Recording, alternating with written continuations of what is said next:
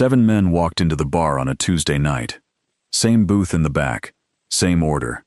1 bottle, 8 glasses, though there were only 7 of them. Olivia had seen groups like this before. She knew what they were the moment they walked in. She knew what the empty glass meant. The team leader told her, quietly, "Table for 7. She nodded. She set the table herself, and when she finished, there were 8 place settings, not 7, 8. The team leader stood up slowly. His voice was tight. "Why did you set 8? The whole table went silent. 7 hardened men staring at a waitress who had just touched something sacred she had no way of understanding. Olivia looked at the empty chair. Then she said 6 words, quietly, that none of them were ready for. "Because Danny doesn't like sitting alone." The team leader's face went white. Nobody at that table had said Danny's name out loud. "Before we begin, tell us where you are watching from, and subscribe if you believe the quietest people often carry the deepest stories." Tuesday nights were usually slow at Miller's Bar and Grill. By 8, the dinner rush had passed. Old country music played, and only a few regulars remained. Olivia Hart moved between tables without wasting a step. She refilled coffee before customers asked, remembered which widower preferred the corner booth, and knew when silence was kinder than conversation. To most people, she was simply the blonde waitress with tired blue eyes and a careful left arm. That was how Olivia wanted to be known. She had spent 2 years building a life small enough to manage. But before that shift ended, the secret she had protected for 3 years would walk through the front door. There had been a time when Olivia measured nights by radio calls, gunfire, and the bandages left in a field kit. Now she measured them by table numbers and closing checks. She never told customers she had served as a Navy combat medic. She did not mention joint operations, months overseas, or the pale scar beneath her left sleeve. When someone asked why she favored that arm, she blamed an old accident. Ordinary people accepted ordinary explanations. That was why she chose this place, 3 states from the base where her military records ended. Nobody here saw a medic who had failed to bring 1 man home. Nobody knew that every year, on one particular Tuesday, she went home, placed an empty glass beside her dinner plate, and sat across from a chair no one else could see. That Tuesday had returned. Olivia knew it when she opened her eyes. The date waited on her phone, though she needed no reminder. She moved through the day with her hands occupied and her thoughts locked away. At 4, she tied on her apron. At 6, she served an elderly couple celebrating 43 years of marriage. At 7:30, she brought pie to a truck driver who had learned he would be a grandfather. She smiled, but part of her listened for a voice that existed only in memory. At 8:17, she glanced toward the empty stool at the bar. 3 years earlier, at almost that exact minute, a wounded man had asked her a question she still heard whenever the room grew quiet. Olivia turned away before the memory could finish it. The front door opened at 8:23. 7 men entered without the usual noise of a large group. The first, broad-shouldered and close to 50, paused to study the room. His eyes found the exits, the hallway, and the dark windows facing the parking lot. The others did the same without appearing to follow him. Olivia recognized the habit. She noticed their straight backs, and the way 2 younger men positioned themselves where they could see the door. They wore jeans, work jackets, and plain shirts, but none disguised what years of service had placed in their movements. These were not 7 friends meeting for drinks. They were a team entering a room together, even if the uniforms were gone. The leader approached the hostess stand. "Table for 7, he said. His voice was polite, but something in it sounded held together. The hostess reached for 7 menus and started toward a row of tables near the windows. "The back booth, if that's all right," he added. She changed direction without questioning him. The booth was the largest in the restaurant, tucked beneath a framed photograph of the harbor, with a clear view of the entrance. Olivia watched the men take their places. Nobody claimed the chair at the open end. 1 man rested both hands on the table and stared at the wood. Another removed his baseball cap and turned it slowly between his fingers. The youngest could not have been more than 30, yet grief had settled into his face in a way that made him appear older. No one smiled. No one reached for the menus. And when Olivia approached with her order pad, every man looked toward the empty chair before looking at her. The leader introduced himself only as Ray. The others did not offer names. 1 bottle of bourbon, he said. Olivia wrote it down. Anything to eat? She asked. Ray looked around the table. We will. Give us a few minutes. Then his eyes returned to the empty end of the booth. And bring 8 glasses. Olivia's pencil stopped. It was only for a heartbeat, but Ray noticed. His gaze lifted to her face. Olivia nodded once and finished writing, as though nothing had happened.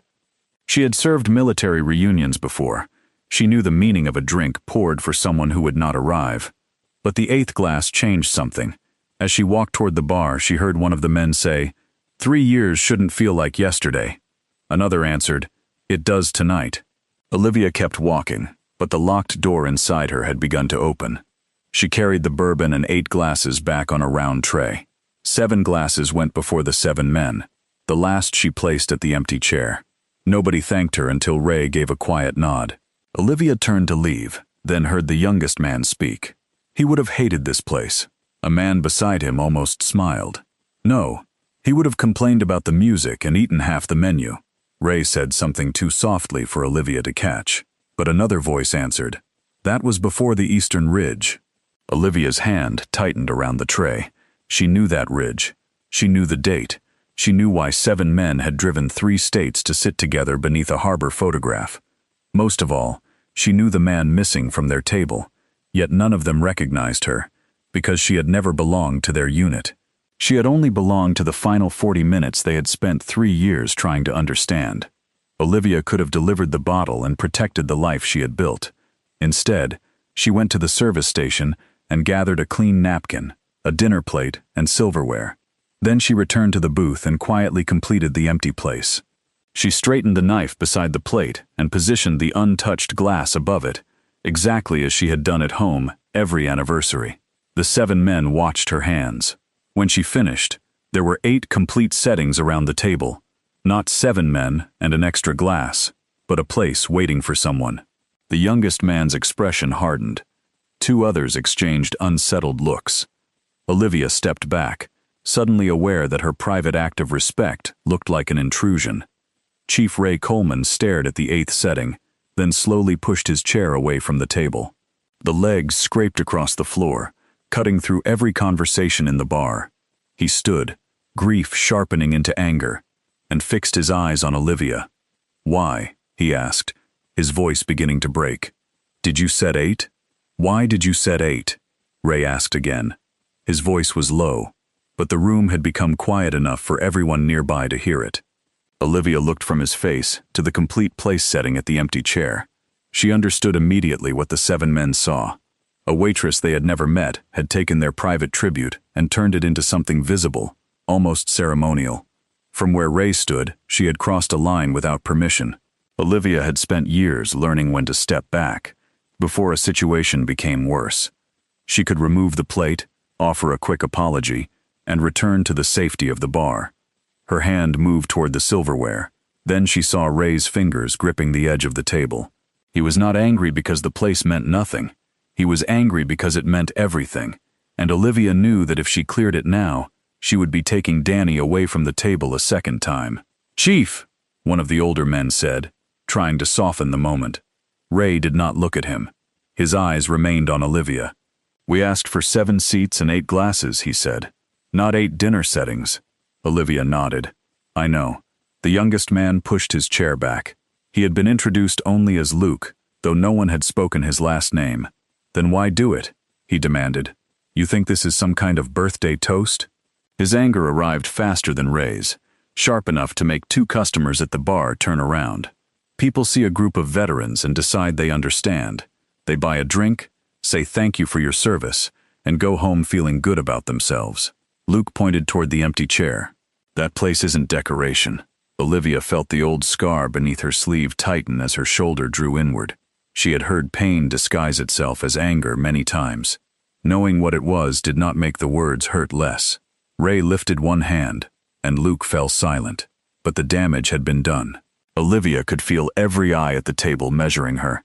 She reached for the plate again. "I'm sorry," she said. The safe answer was ready. She could tell them she had misunderstood the order. She could blame the extra setting on habit and let them believe she was only an overeager waitress. For 2 years, small lies like that had protected the life she built. Nobody here knew about the blood she had washed from her hands in a transport aircraft, or the uniform folded inside a box beneath her bed. Nobody knew why that date lived in her bones. Olivia lifted the plate half an inch. Then the untouched bourbon glass caught the yellow light. For 1 second, she saw another metal cup beneath a white sky, and heard a weak voice trying to joke between shallow breaths. She lowered the plate back onto the table. Olivia looked at the empty chair. "Because Danny doesn't like sitting alone." 6 quiet words. Nothing more. Yet they struck the table harder than a shout. Ray's face lost all color. Luke's anger vanished so quickly that his mouth remained open without sound. One of the men dropped the bottle cap he had been turning between his fingers, and the small piece of metal rolled across the table before falling to the floor. Nobody bent to retrieve it. The old country song continued from the jukebox, but the bar itself seemed to stop around them. Ray lowered himself into his chair, as if his knees would no longer hold him. "What did you say?" he whispered. Olivia did not repeat it. She watched recognition move through 7 faces, not recognition of her, but of a sentence Danny had used so often that every man at the table knew it belonged to him. Luke stood again, but now confusion had replaced anger. "Who told you his name?" he asked. Olivia met his eyes. "No one tonight." "Then you looked us up." "I didn't. You heard somebody talking." Ray finally turned toward Luke. Nobody said Danny. The words ended the argument. Since entering the bar, they had called him he, brother, and once the missing fool. His name had remained protected, held back until the bottle was opened and the first toast began. Ray studied Olivia with the caution of a man whose grief had just been touched by something he could not explain. "Daniel Alvarez," he said slowly. "That's who this place is for. He died 3 years ago, more than 1,000 miles from here. So I'm going to ask you once more. How do you know his name? If you believe we should never judge someone by the uniform they wear today, write 'never judge' in the comments." Olivia drew a breath, but the air seemed to stop at the back of her throat. She had imagined this moment in different forms. Sometimes Danny's mother found her. Sometimes an investigator called.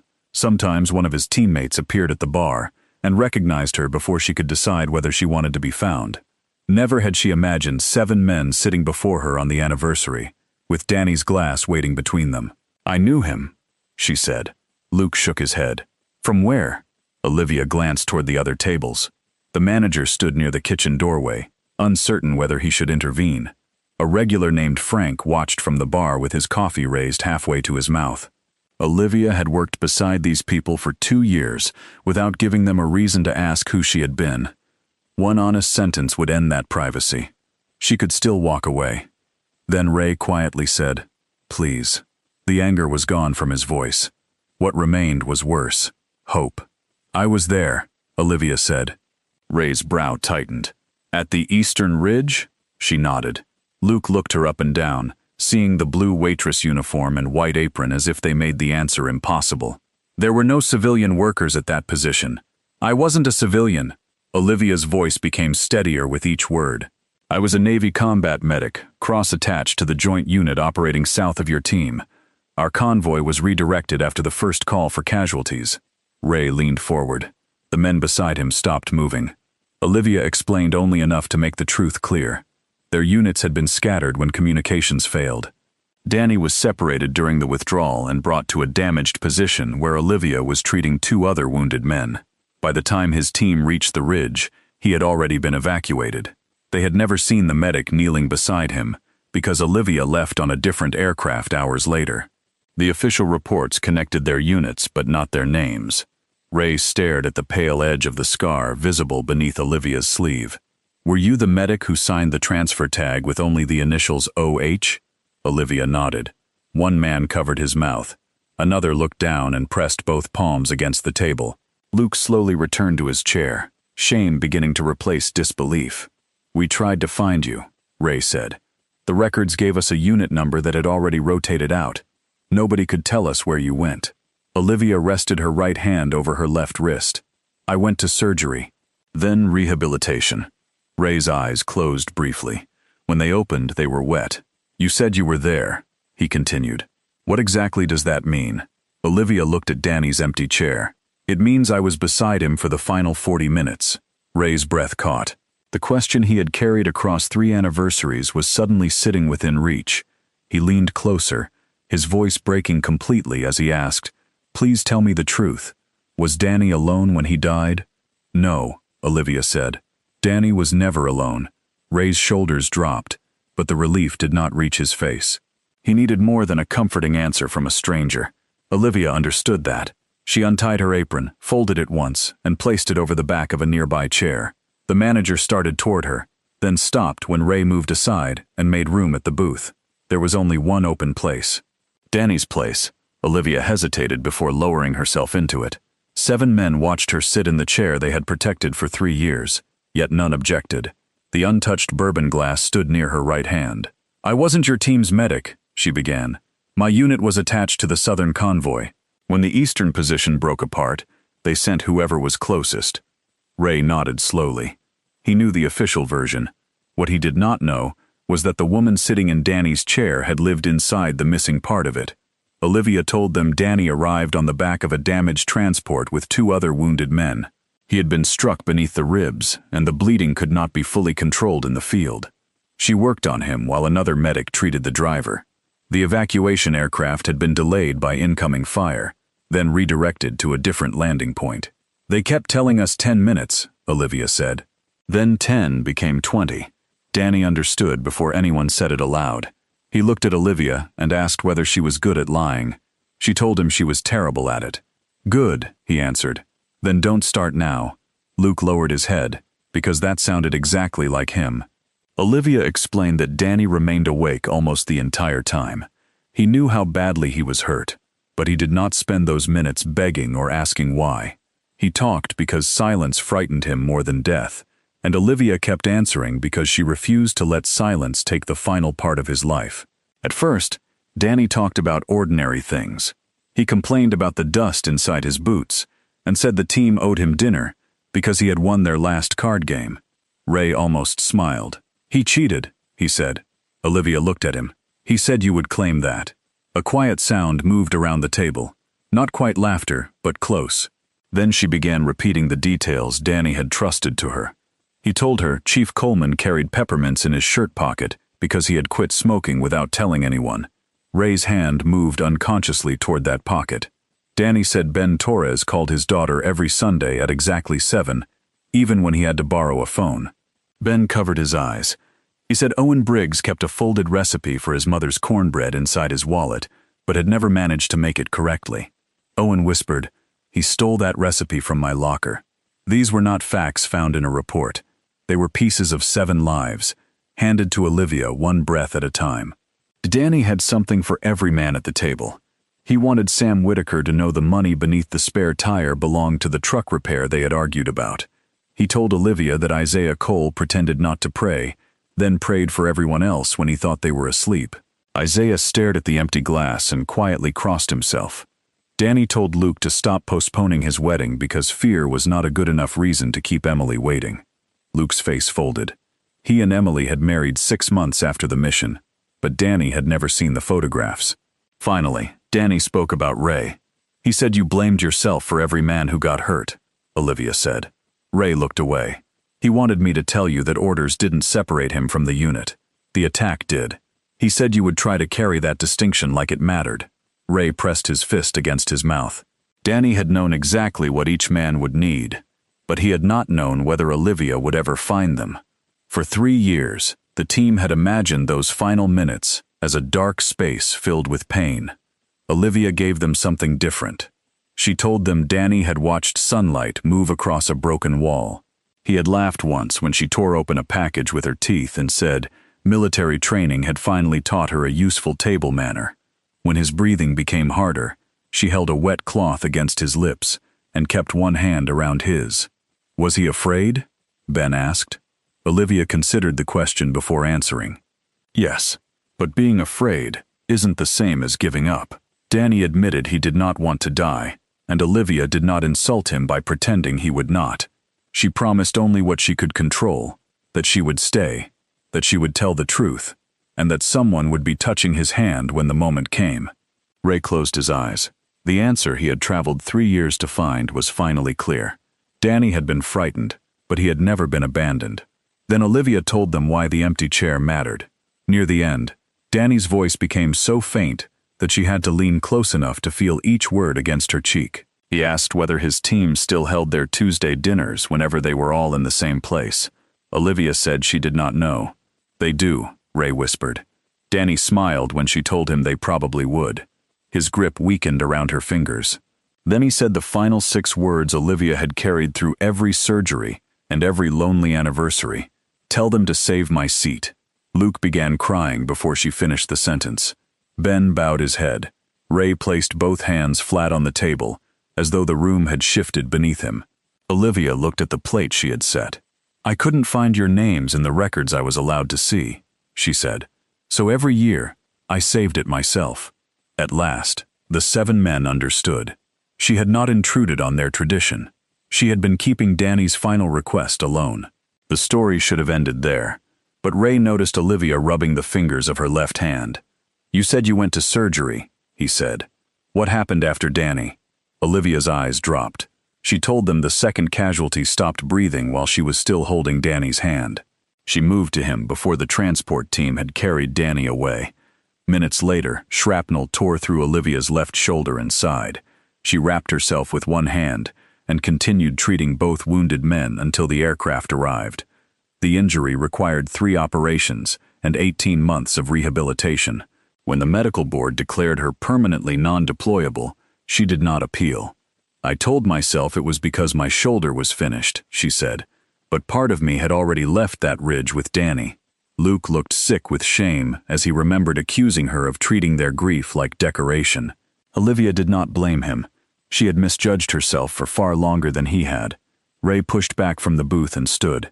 For a moment, Olivia thought the truth had become too heavy, and he needed air. Instead, he reached inside his jacket and removed a small cloth bundle secured with a worn black cord. Every man at the table recognized it. Luke wiped his face and sat straighter. Ray explained that they had brought the bundle to all 3 anniversary dinners. It belonged to someone whose name they had never known, the medic identified only by 2 initials on Danny's transfer tag. They had made a promise that if they ever found that person, the bundle would finally be opened. Ray untied the cord, but kept the cloth folded in his hands. His fingers trembled as he looked at Olivia. "Danny carried this on every mission," he said. "We saved it for the person who made sure he didn't leave this world alone." Then Ray unfolded the cloth, and Olivia saw what the 7 men had been carrying for her. Inside the cloth lay a faded unit patch, with one corner worn smooth. Olivia recognized the insignia before Ray placed it in her palm. She had seen it darkened with dust on Danny's shoulder, though this spare had traveled inside his vest. "We found it with his personal gear," Ray said. "His mother asked us to keep it. The men agreed that if they found the person who stayed with Danny, the patch would belong to that person." Olivia touched the frayed stitching. For 3 years, she had carried only the memory of a dying man. Now she held something his hands had touched when he was healthy, laughing, and unaware of the ridge ahead. But Ray had not finished explaining why they brought it to every dinner. "We made another decision," he said. "Whoever received that patch received a place with us." They had never known whether Danny's medic survived. All they had were the initials OH and a transfer tag stained beyond reading. Still, they knew someone remained with him because his body was found with one hand, carefully folded over the other. "We figured that person was carrying something too," Ben said. "We wanted them to know they didn't have to carry it outside the circle." Ray pointed to Olivia's chair. "That seat was Danny's. From tonight forward, it's yours whenever you want it." Olivia closed her fingers around the patch. She had expected anger and prepared for questions. She had not prepared for 7 strangers to offer her belonging.